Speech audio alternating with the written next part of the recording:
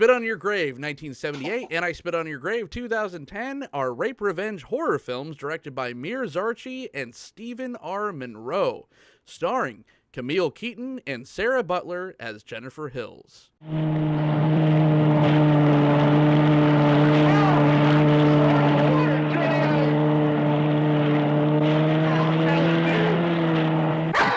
I spit on your grave. What's a pretty little thing like you doing out here all alone?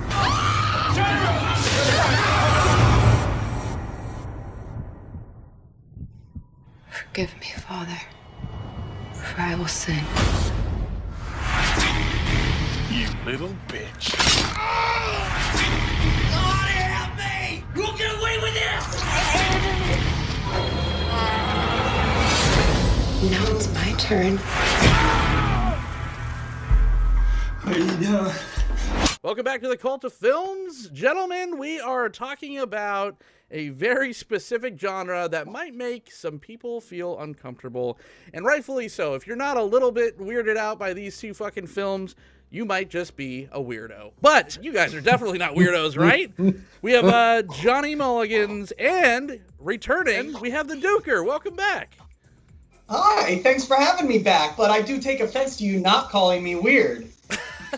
I'm totally happy being normal here. It's fine. We don't do disclaimers at the beginnings of these too often. I think maybe we did this for Neon Demon because that's pretty fucked up. But this one, maybe a little bit more so. This has some trigger words and just a lot of things that if you're sensitive to this kind of material, this might not be your jam. An important cult film and an important cult subgenre, and I feel like it needs to be talked about. So let's talk about just the kind of, not genesis, because I guess this was kind of the genesis of this subgenre of horror films, but other rape revenge movies. That just is like, like you say that phrase and it already kind of turns off like half the people, but you've probably seen one or two of these and not even known. So I put together a small little list, like the Death Wish series, kind of similar to this, if you're a cult film fan, but the revenge is being conducted by a very old Charles Bronson.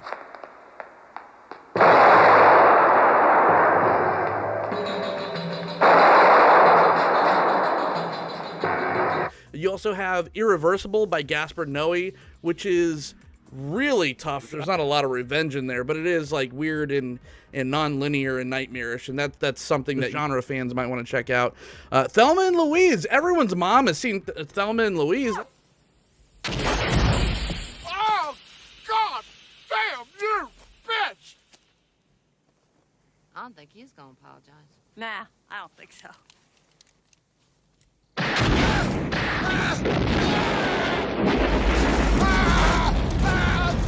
That's the most mainstream rape revenge film out there, and probably besides this film, The Last House on the Left is probably one of the more well-known ones, which was, you know, the entire family kind of jumping in on the revenge shenanigans. So I will ask you two, you guys watch any of these films, or do you like kind of seek out anything from this subgenre? I'm gonna expose myself a little bit here, and not in the inappropriate way that these movies typically have. I've not seen any of the Death Wish movies. I had no idea Thelma and Louise was a rape revenge movie because my mother walked out on me when I was very young, so she never showed me this.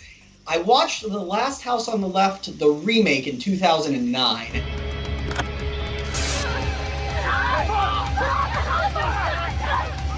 That was very, uncomfortable, which is what they meant to do. Sure. So I guess they succeeded in doing that. But from rape movies, the most recent one I think I've seen was Wonder Woman 1984. But there was no revenge in that. No. So just on our senses, it sort right? of How many times have you seen Thelma and Louise? I haven't. Oh. I've heard of it. I've heard bits and I don't know. I've gleamed the basics maybe of it, but never really, categorized it as that. Never really understood this was a subgenre. So I may have seen some movies that get classified in here, but it's not like I was seeking them out, and not for those reasons. I was just, I don't know, maybe was scrolling through HBO years ago and ran into something that would fit this category, but I can't tell you what that was. So this was an experience. Because we didn't just watch one, we watched two of them. Because I love you so much, Johnny. I mean, just going back to the original 1978, came under a lot of scrutiny for depictions of sexually savaging a young woman in a very real and horrific way. It was banned in many areas, and critics just like completely tore it apart. Where even like, I think Roger Ebert's, one of his last films that he reviewed was the remake, and he said, yes, it's still trash, but at least it looked like a movie. Where the original I Spit on Your Grave was one of his most despised movies of all time. And yes, it is brutal. It's horrible to look at. You're not supposed to enjoy, some of the things in this film, certainly. But there is another kind of subsection of fans that view these as very female empowering and almost as feminist films. So there is two sides of the coin on this, and there is a lot of subgenres of horror, but this one, there isn't one as like polarized, I feel, as the rape revenge category. Because it's a very fine line, like you mentioned, that, if you get too like romanticized about it, it just seems like the director is a creepy sex pervert and is just enjoying doing this to his actors. His wife, actually, too. They were married. Yeah. And if you do it too tame, then why did you do it at all, almost? Because it's a very, grotesque subject, and it's such a fine line, and it does take a certain like strength as a filmmaker to really, put the audience to make them uncomfortable, but not just immediately turn them off and walk out of a theater. Right. And I think watching the two side by side, there's this real kind of compare and contrast. The original is not even worthy of being described as hot garbage. Like Burning Trash is still like a dozen clicks above this movie, in my personal opinion. Because so you're a huge fan. Yeah. The thing is, like, this is, like you guys said, this is a very uncomfortable topic. You're not supposed to be comfortable watching this. Right. But if you're going to take the time and go to the trouble of putting yourself through that and watching this, assuming you aren't already dealing with your own personal trauma that could be related to this, which is, if that's the case, maybe walk away from this, because this could be devastating. I was very uncomfortable with the first halves of both of these movies. Right. If it's going to be done, it should be done with care and consideration and some attention to detail, and making sure delivery is done right, making sure you're doing proper character development. Like, things need to be done correctly. You have to put quality into this, and you didn't have that in the first. Okay. And the difference between the first original and the remake is night and day. Remake is guilty of a few errors in filmmaking and things that you're like, geez, that's a dumb horror movie mistake thing that happens in all horror movies. But when going through the rest of it, enough of the second remake was done well enough that I'm happy to say, like, this at least was done. Like, I think people cared about this. I think people were really trying to do it correctly. The remake, you're saying? The remake. Now, is that any way to talk to a lady? The director or writer for the first one was also involved in the second one. Was on the production team, was right there to be a part of that process. And I think that was this is almost like redemption for the trash fire that was the first. If you're going in, you're going to do it, you have to make it, you have to make the second half feel earned in a horrible way, right? So you don't think that they succeeded in that? If we're talking about where the first film falls short of delivering the goods that it should have delivered, I can basically tear the entire thing apart. The cinematography was garbage. The audio dubbing was garbage. It might seem easy to just kind of crap all over an old movie, but it seemed like the acting was disjointed. It seemed like the whole choreography, everything, the timing, the delivery, nothing seemed to me, it didn't feel like it was stitched together the way it was supposed to. It was just bad acting. Like the acting was, I mean, Keaton's role was done as best as I think she could, but truly the acting across the board was just bad. And it pulls you out of it. It's not even that it was an uncomfortable topic. It was cringy to watch it happening in the way it was being delivered. I'm like, not only is it an awful subject matter, it's an awful delivery. And I'm like, this is a waste of my time. This is going to be a very interesting conversation because while I certainly see what you're talking about, I disagree on so many points about the original compared to the remake. And while there is stuff I agree with about the remake, for example, like there are some horror tropes they sort of stumble into that you're just like, is this just another horror movie that's aping off of a name? But not to get too far ahead of myself, it's weird to say to appreciate the movie, but when it came between the original and the remake, there was a realism to the original. I felt like it did look choppy and old. The ADR was a little rough, but I felt that Camille Keaton's character was better fleshed out in the beginning. Especially, you see her doing stuff like, you know, writing, and you hear an inner monologue, and you see her interact. Whereas in the remake, it's almost like she just runs across like horror movie like stereotypes, and you know, you see her just sort of like talking on the phone and drinking, but you never really get a sense of who she is or anything like that beforehand. And then after like the horrific, the way it's done in the original, the rape scenes, it's very like it's, you know, you've got those long shots of her just like sort of stumbling around. And while she doesn't seem as traumatized, it like, not that I would have any experience with this, obviously, it seemed almost more natural, and it was like even scarier when they would show up and there's like no ADR, and it's just like they're there, whereas in the remake there's a lot of movie magic.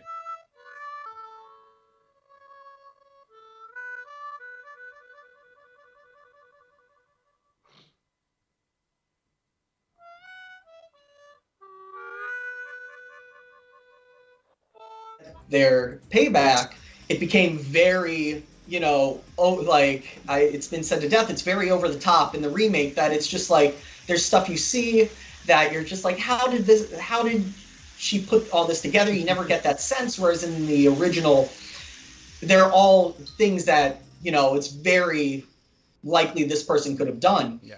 Even the rapists themselves, it's like such a wild flip because there's no like tension in the beginning to sort of set it up. It just happens and you're like, oh my God. And it's a case of these people you wouldn't expect, and then it happens. Whereas in the remake, it's sort of just like they start off at like, you know, an 8. Right. And in the original, it's like maybe a 3.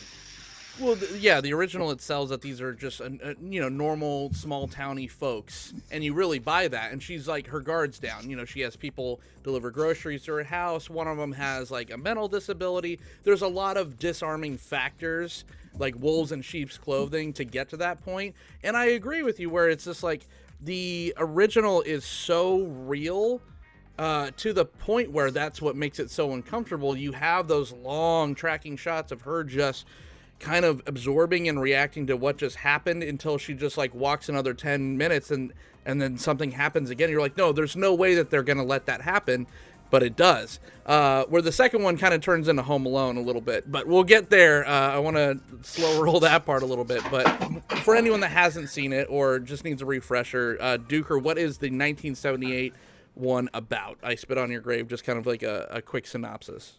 The 1978 version of I Spit on Your Grave is about a New York writer, a female New York writer.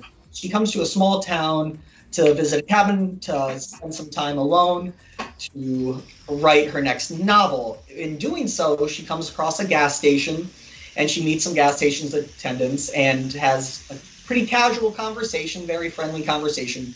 These gas station attendants, being drunk, backwoods characters, talking about the interest in this woman when the mentally handicapped character accidentally comes across her naked at the cabin, and they take that and run with it to the point that they want the The rapists want to get their special needs friend laid as more of a guise to rape this woman, which they do ad nauseum. They don't mean to leave her for dead. They have the special needs individual go back to murder her, which he does not do. He recuperates and gets revenge on each one of them. Very slow, very methodical, almost like, Terminator-esque, I feel like, in the first one. But Johnny, what's the second one about, or the remake? What are just like the biggest differences story-wise? Well, a lot of it's identical. Mm-hmm. A few key differences would be probably, they don't show so much of her writing, but I think they change up that this is her second book in the remake. It's her second book in the first episode. In the first version, it's her first book. It kind of write it into this little snippet of she is already a writer, and they're not necessarily trying to show that to you, because I think they wanted to put more time, and they ended up putting more time into the whole revenge sequence in the second half. Mm-hmm. They add a character in the second movie. In the first movie, there are the three gas station. There's the gas station attendant, the two lackeys that hang at the gas station, and then same names and everything. Friend. Same names, and then there's a sheriff who ends up being the ringleader of the whole process. And then you've got very Red State, like Kevin Smith's Red State. He's just like torn right out of that movie. I grieve by those that rise up against thee. I hate them with a perfect hatred. I count them mine enemies. So you've got this like squad basically, and they all know each other, and they're all locals. And the way it flips into revenge mode is, I think, I like the way it was done better. But basically, I think you get better character development in the second movie. I think you get better transition between scenes. I think it's woven together better, mm-hmm. and not as jarring. And it's kind of like, I think they do a better job in that character development to the point where you learn to loathe the people who commit the act, and then you're always rooting for the main character in the second half. This is where I say the second movie, they passed the Nurse Ratched test. Like in One Flew Over the Cuckoo's Nest, anybody who plays Nurse Ratched has to do a good enough job to make the audience hate that character. Sure. Really hate that character.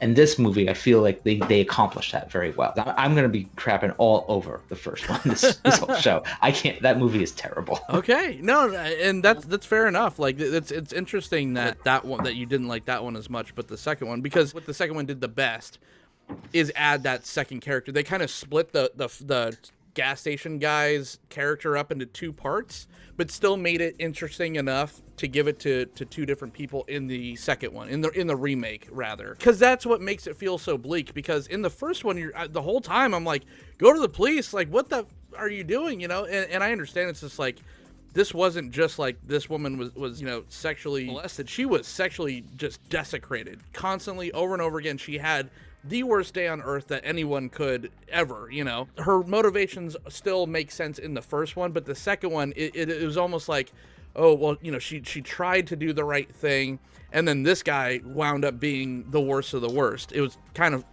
weird seeing the guy from Mean Girls, like the funny fat friend from Mean Girls, that's like Damien, the gay friend, as one of the male rapists in this. Fabulous, but she's evil. Hey, get out of here! Oh my God, Danny DeVito, I love your work!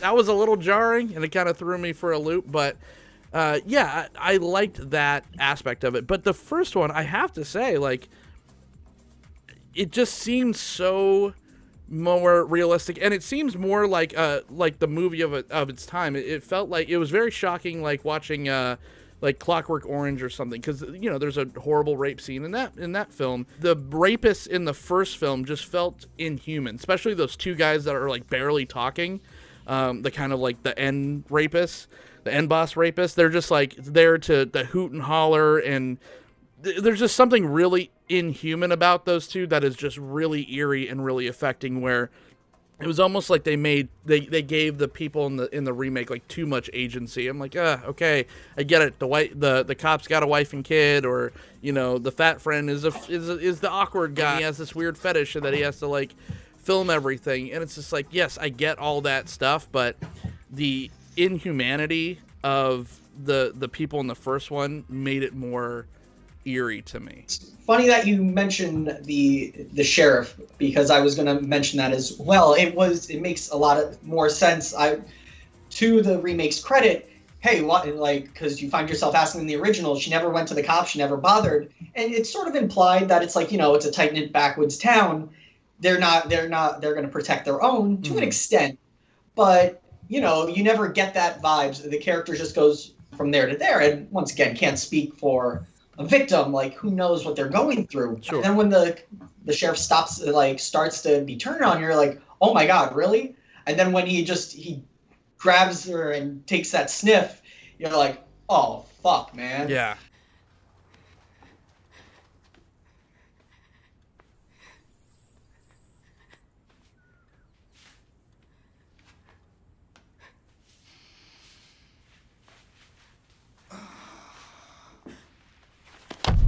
So creepy. So creepy. And he has such a weird look to him too, which is so.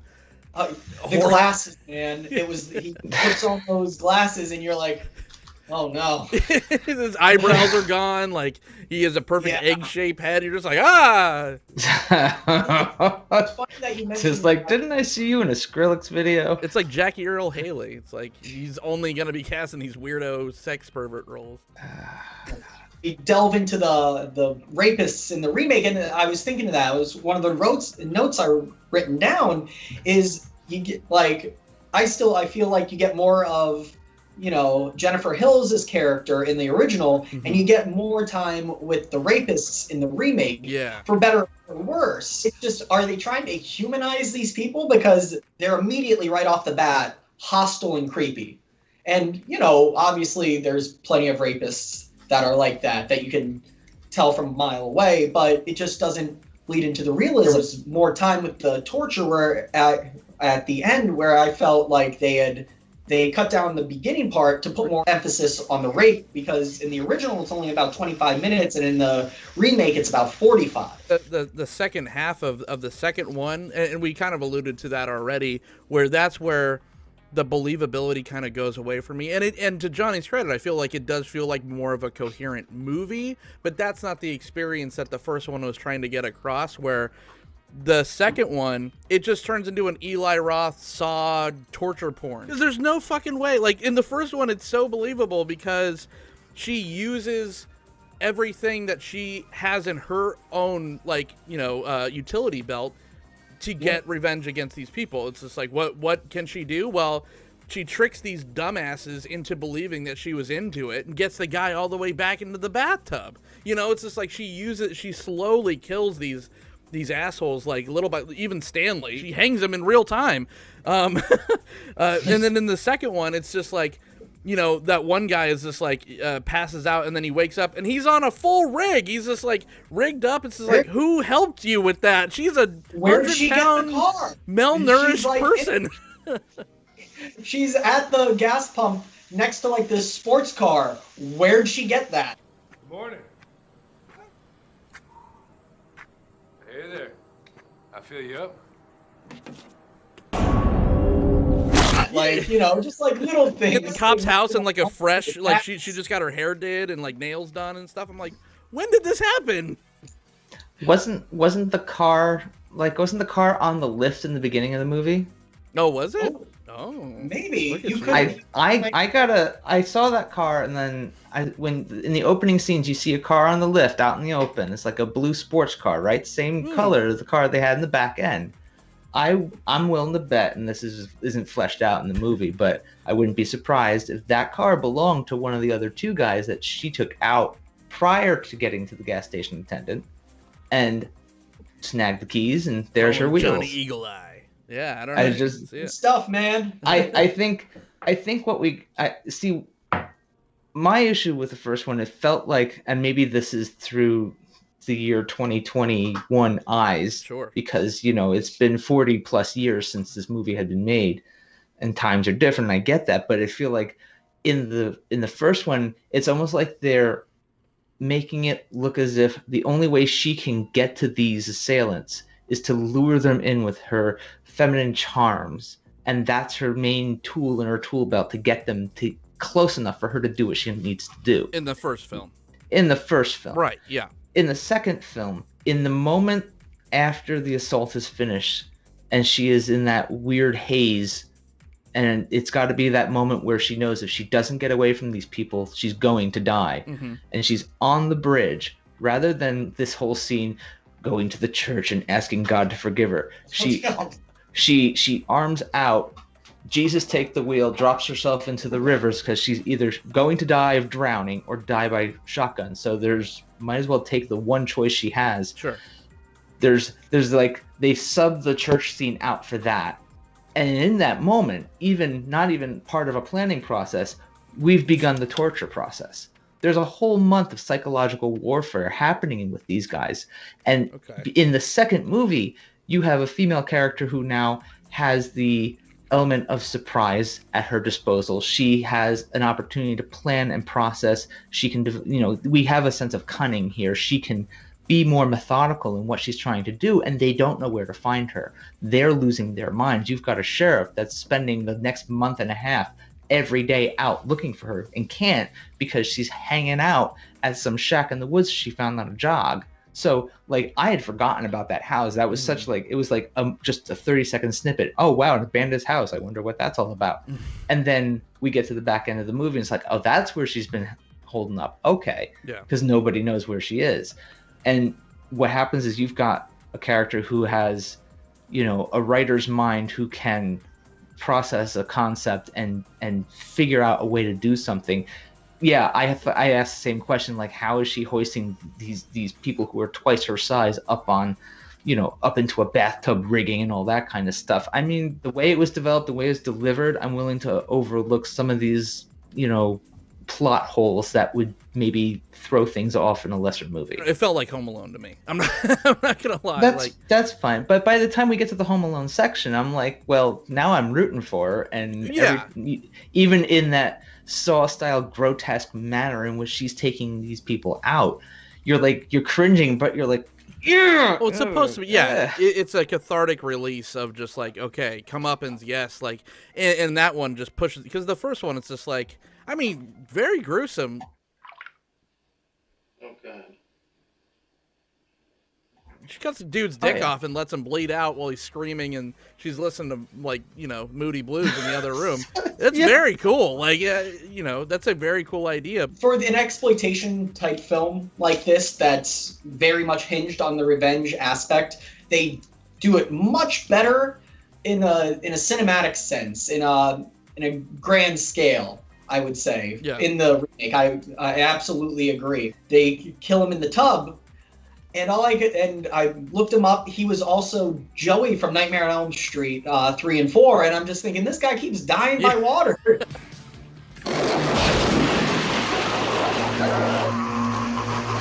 How's this for a wet dream? But it's great. He's a type. Shit, man.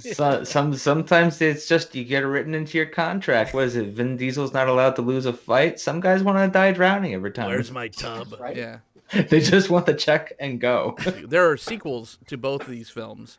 And I say both of these films because if you're a purist and you think that, I Spit on Your Grave didn't ever have a sequel, well, they finally did. They had Camille Keaton reprising her role not too long ago with Mir Zarchi, her ex-husband, filming it again. I guess she goes back to the town. The guy that worked at the gas station, his wife and kids are now trying to exact revenge on Jennifer Hill's character. So and her son and I guess like daughter-in-law. Think we could get your autograph? Gladly.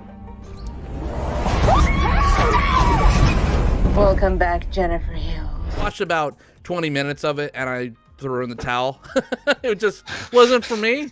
Kind of lost a little bit of its luster, but even the 2010 remake had two other sequels that are, I guess, in that canon's universe where the actress does come back, Sarah Butler, in the third film. It's a totally different deal in the second. And I think Sarah Butler did a good enough job. This role is crazy for any young woman to take on back in 1978 or in 2010. So they both deserve all the kudos for this. Like, it's just an extreme experience. And yes, I'm sure I'm sure Stephen R. Monroe probably made it feel really safe. Who knows what, weird shit back in 1978 was going on, especially with his own wife. It was probably a very safe environment. Everyone felt comfortable, as comfortable as you can, acting out these horrible, things. But both actresses, I think, deserve a lot because, people were just like, man, they're just like, no, it's just Camille Keaton. I thought Sarah Butler did a good enough job as well. Yeah, Sarah is very good, and this is the crux of it. She was very good at the silent stuff. Some of her line delivery, in my opinion, it was a little like, okay, it's taken me a little out of it. But I hit the panic button. Mm-hmm. Are you okay? But when, after everything happens and she's wandering around the woods, it's a little like, she's twisted up, she's sort of stumbling. It's very well done. Whereas I felt Camille's character, when she was delivering lines, sorry to be the counterpoint again, I thought she was very good when she was saying her lines, as opposed to Sarah. They both had their strengths. Completely agree with that, yeah. I do want to say, you mentioned the church scene, and all I could think, and I wrote it down in my notes, I'm like, is it like a trope of every, like, revenge movie in the 70s? You go into the church and forgive me for what I'm about to do. And if it was directed by John Woo, there would have been doves, Like. The priest screams at me and throws holy water at me. So is that like a normal thing to do on a revenge trip? I guess. I don't. They won't let me in churches, so I can't speak to that. So I pray at the McDonald's, and they're not too happy about it either. But like, I buy something, and they're like, "All right, make it quick." Fine. Both these we're to the point of the night where recommending these films are extremely challenging. But I do recommend these films, but I recommend both of them, even though they're essentially the same movie, to two different people. And I feel like I do this with another movie that was like, it came out and then there was a carbon copy of it, and that's Let the Right One In and then Let Me In. Hardcore genre fans of cult films and stuff like that, this is one of those crown jewels. This is one of those tentpole movies of this subgenre. So if you are into that, rape revenge type deal, then I Spit on Your Grave from 1978. It laid the groundwork for a lot of stuff that came after. So it definitely walked so a lot of things could run. As far as the remake goes, if you're more into like Eli Roth, kind of more new school, you just want to see, torture porn. If you're a fan of the Saw films, I am not, then I feel like the remake is more your jam, and maybe skip the original. Johnny? I'm not really openly recommending these to anybody. If I don't, at church. If I don't, I'm not gonna blank check. Yeah, it's a great movie. Go watch this. No. Now, if I have a conversation with you and I can give you backstory and spoilers, because I'm not gonna send anybody at one of these just with no spoilers. Like clear definition. This is what you're walking into. No, read the fine print on this ticket before you buy it. So, don't watch the first one. Even if it was a pioneer, I don't care. I think it's trash. All right, at the very least, it feels like more care and consideration is done in the second movie, and the revenge feels so much sweeter, even though you feel kind of like, everything happening in this movie on both ends is wrong, but like at least on the second revenge section, you're like, yeah, you're all right. That's what's up. The second one felt like it's done better. I will. Basically, if you're coming at it from an academic end of things, you're looking at how to maybe tackle a difficult subject like this and put it on film, you're going to get better pointers on the second one and how not to do it in the first one. But just a broad brush you need a primer before you walk into this movie at all. All right. So Johnny would only recommend it on Easter Mass. Dooker, would you recommend either of these films? No, I wouldn't recommend Wonder Woman 1984, but Kristen Wiig just looks so stupid in that movie. I Spit on Your Grave. So the original, excuse me. So the original, I would not recommend and I'm thinking in a sense of especially general audience right now. Sure. Like maybe to people who are into 70s movies, if they hadn't already seen it, I might recommend it to them if they have a broader look at film. Just the way it was shot, it's rough because it's old and it was probably cheap at the time. Just some of the cinematography was unsettling. One of the things that stand out to me is when Matthew is on top of Jennifer and they have that like weird up camera shot of him and he's like thrusting on her. There's something unsettling and weird about it. That stuck out to me. Now, the remake, I would recommend I don't want to say it's a party movie, but a bunch of people were over and wanted to watch, a horror movie or something. I'd be more apt to bring that one out, sure. Just because it looks a lot better. It moves along in the beginning quick enough that it gets to sort of like what's going on, and even though it runs a little long in my taste, that it sort of like almost desensitizes you, it does better explain why she doesn't go to the cops. It does a better way of showing how like grotesque these characters are by, in my opinion, turning them into like horror movie stereotypes that once you get to the payoff, pivotal turn, it stops being, in my opinion, realistic. And it's just, all right, now we can, sit back and let's watch her kill these fucking guys. We're just having fun, yeah. Yeah. I think the first one is the 2001 A Space Odyssey of like rape revenge horror movies. It's very bleak, it's very, slow, it's kind of quiet, or it's not something that you have on in like a party setting, where the second one, it's just like, yeah, if you guys already busted through all the Saw movies that you could just like ignore in the background, that maybe mix it up with a little Jennifer Hills. But that is our discussion of our comparison episode of the two. I want to thank my two very brave guests for this one. This is kind of daunting material to talk about, and I just want to thank both of you. So, Mr. Dooker, once again, thank you so much for coming back on. Where can everyone find you, sir? Thank you for having me. You can find me now on Instagram as well as Twitter and YouTube at King Dooker, because the Dooker is taken. So yeah, follow me on there if you want to hear my garbage tweets or my trash takes on mostly wrestling right now, because I've been sort of in and out of it. I am currently working on some stuff, but it's coming along slowly but surely. All right, perfect. And Mr. The Mulligans, where can everyone not find you? Where can you tell people to leave you alone? You can find me here at Cult of Films, rocking in the corner, questioning all of my life choices. And you can find me on Twitter at the Twitter handle is at CMDR_Hamilton. That's shorthand for Commander Hamilton, which is alluding to Magic the Gathering, because I'm that kind of nerd.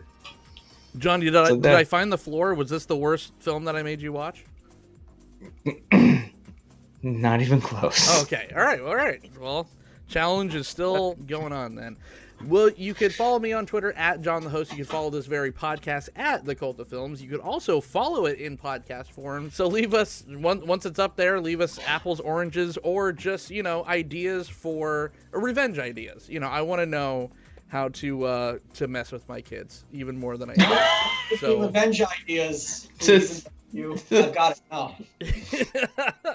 Also, guys, I dropped the cap to my whiskey in the toilet. I just this is why I don't drink. But what can you do? You just got to put it back on there sometimes.